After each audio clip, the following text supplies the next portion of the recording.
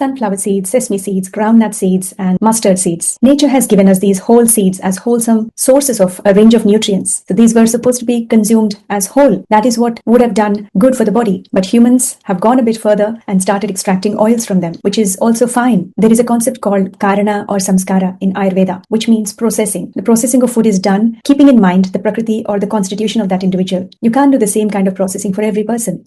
You have 3 different body types, and we all come in different combinations of these 3 different types, the Vata, Pitta, and Kapha. So you can be a Vata Pitta, or you can be a Vata Kapha, or you can be Kapha Vata.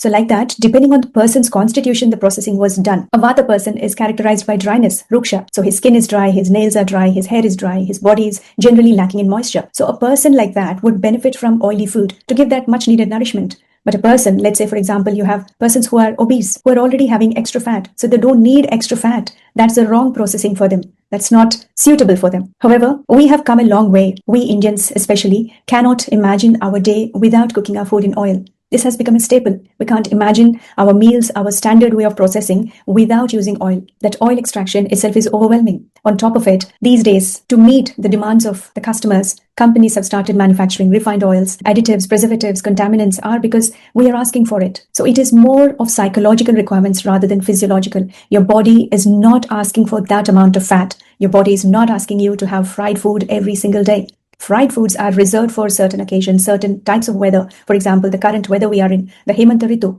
In this season, you can have some fried food, like your vadas, your fried snacks that we have, traditional snacks. But fried food cannot be a staple. These days, we hear from a lot of people that they're not able to get access to healthy food, so they turn to fried foods. How about swapping fried food like bhajia with your fruit? Our fruit's not accessible everywhere. So it's about thinking mindfully and seeing what is required for your body and how much is required. Fried foods, especially the ones that you buy from outside, have been cooked in that same batch of oil for hours. The same oil is till the end of the day, no matter how many rounds of cooking happen in that oil. So once your oils are heated to a high temperature repeatedly, even the normal good oils turn into toxic elements. There are fats called trans fats. The more you heat, the more trans fats are generated from your healthy oils also, because the chains break and their orientation, their structure changes. Trans fats are like those fats which have multiple limbs like octopus, and they sort of cling onto your blood vessels. And they also cause genetic manipulation, where they activate the genes that could synthesize more cholesterol, more bad cholesterol, the LDL cholesterol, the low density lipoproteins. So trans fats are definitely harmful. So think about it, think mindfully before turning to foods that just pacify taste buds. Is your body really asking for it?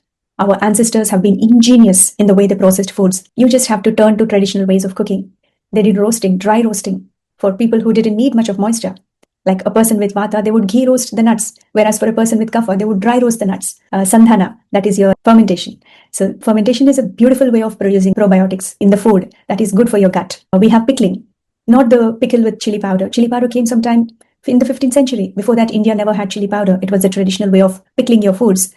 Pickling actually enhances the nutrient value of your food. Steaming your idlis, your puttu, your so many, the momos that you call, we have much superior versions of that in our ancient cuisine. So many different ways of processing without using the oil.